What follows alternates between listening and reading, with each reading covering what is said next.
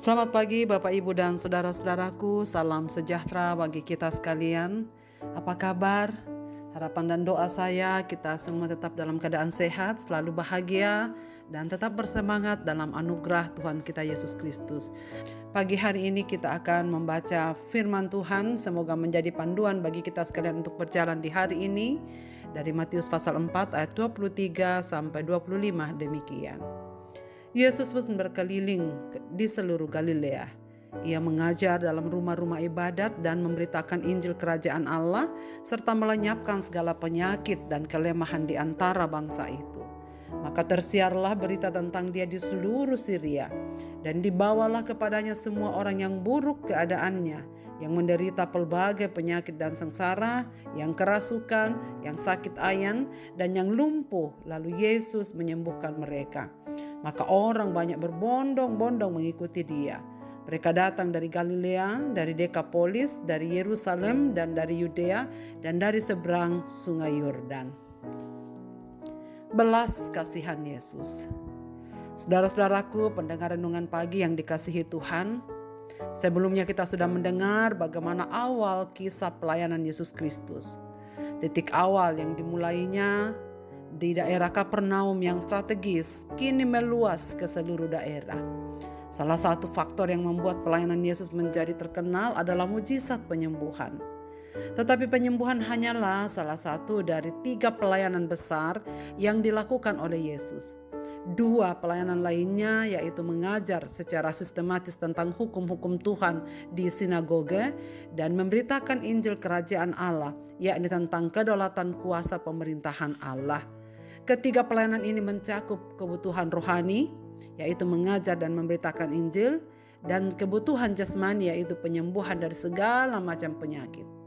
Ketiganya membentuk pelayanan yang bersifat holistik. Hal-hal inilah yang membuat orang begitu banyak datang kepadanya. Dikatakan mereka berbondong-bondong untuk mengikuti dia. Tetapi kerumunan massa ini untuk melihat Yesus sebagai tokoh penyembuh, itulah yang terpenting bagi mereka. Terbukti bahwa penyembuhan di daerah Galilea kemudian tersebar luas hingga ke seluruh daerah Syria. Akibatnya orang berbondong-bondong datang kepadanya dari berbagai kondisi yang dibawa kepadanya agar disembuhkan. Dampak dari demonstrasi kuasa Yesus ini menyebar hingga ke timur di daerah Dekapolis dan daerah lain di daerah timur sungai Yordan, dan selatan daerah Yudea termasuk Yerusalem. Mereka tertarik untuk mengikuti Yesus, bukan sebagai murid, melainkan sebagai kerumunan massa. Mereka ingin tahu lebih banyak tentang fenomena menarik dan sensasional yang sedang terjadi. Perhatikan bahwa tidak semua orang yang datang untuk mengetahui bagaimana menjadi murid Yesus yang sesungguhnya, tapi mereka ingin datang untuk menyaksikan sebagai penonton apalagi yang akan dibuat oleh Yesus. Mereka tercengang, mereka terkagum. Mereka seolah-olah terhipnotis dengan apa yang Yesus buat. Mereka datang untuk memuaskan mata mereka dengan apa yang mereka lihat. Persis seperti pementasan yang spektakuler. Lalu mereka berdecak kagum hebat. Mereka tidak datang untuk mengisi batin mereka yang kosong.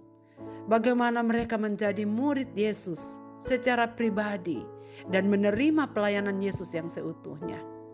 Saudara-saudaraku, hari ini kita diajar tentang fakta bahwa tidak semua orang yang masuk gereja, tidak semua yang datang atas nama Kristus atau atas nama pelayanan, tidak datang untuk mengisi batin yang kosong di hadapan Tuhan, dengan tulus belajar bagaimana supaya bisa menjadi murid sejati.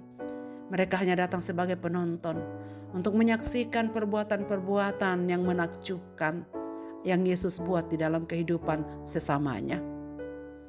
Hari ini kita diajar untuk mengenal Yesus dan pelayanannya secara utuh.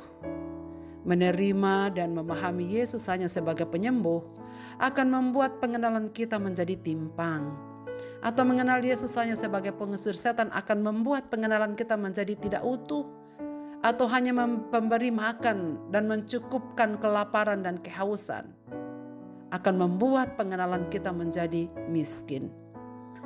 Sebab mengenal Dia seutuhnya berarti mengenal akar dari permasalahan hidup manusia, yaitu adalah dosa dan yang membuat pemisah kita antara dirinya sebagai Allah yang datang ke dalam dunia.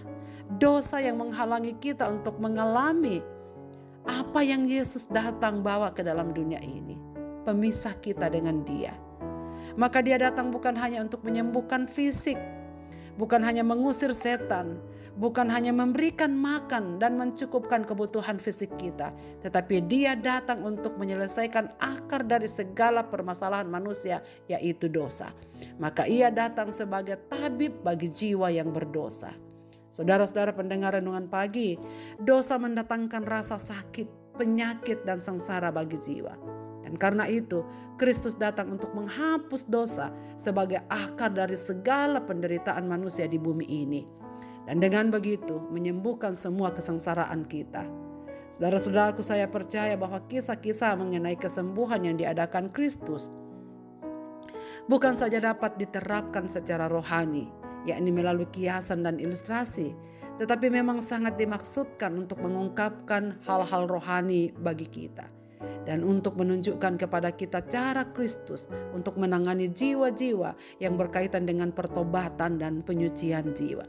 Saudara perhatikan bahwa di sini ada banyak orang yang sudah datang untuk mengikuti Yesus, tapi tidak semua mereka mengalami perjumpaan secara pribadi dengan Tuhan, dengan menyelesaikan dan membiarkan dirinya dibentuk oleh Tuhan agar mengalami arti sesungguhnya kedatangannya melalui hidup dan hati mereka setiap hari.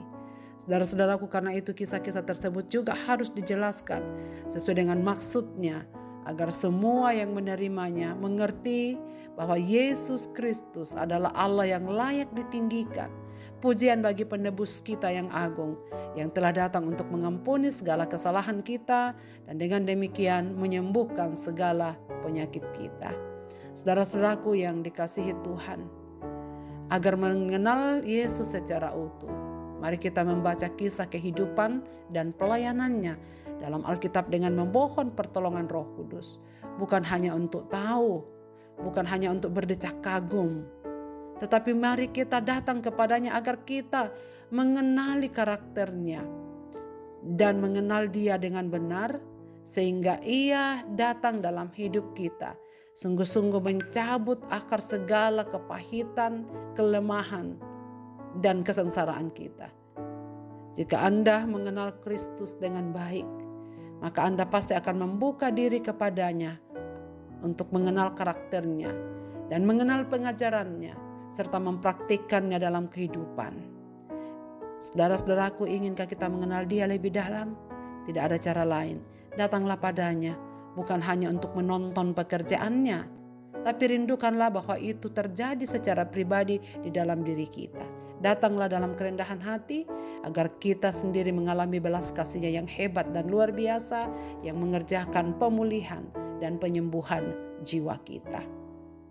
Marilah kita berdoa. Bapa di sorga, pada pagi hari ini kami bersyukur kepadamu untuk tuntunan firman-Mu ini. Mengingatkan dan menyadarkan kami agar kami bukan hanya penonton dari pekerjaan-pekerjaan Kristus yang luar biasa melalui firman-Mu yang disampaikan kepada kami. Tapi biarlah pada pagi hari ini kami membuka diri kami di hadapan-Mu, supaya Engkau datang kepada kami, menyembuhkan kami seutuhnya, menyelesaikan akar dari segala persoalan yang kami hadapi, yaitu dosa.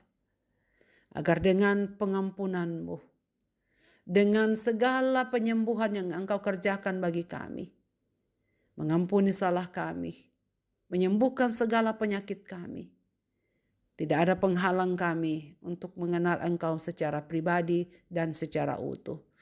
Kami rindu ya Tuhan, supaya kami datang kepadamu sungguh-sungguh dengan hati yang tulus ingin belajar mendengar firman-Mu, supaya kami tahu bagaimana caranya kami menjadi murid Kristus yang sejati, yang mengalami penyembuhan seutuhnya.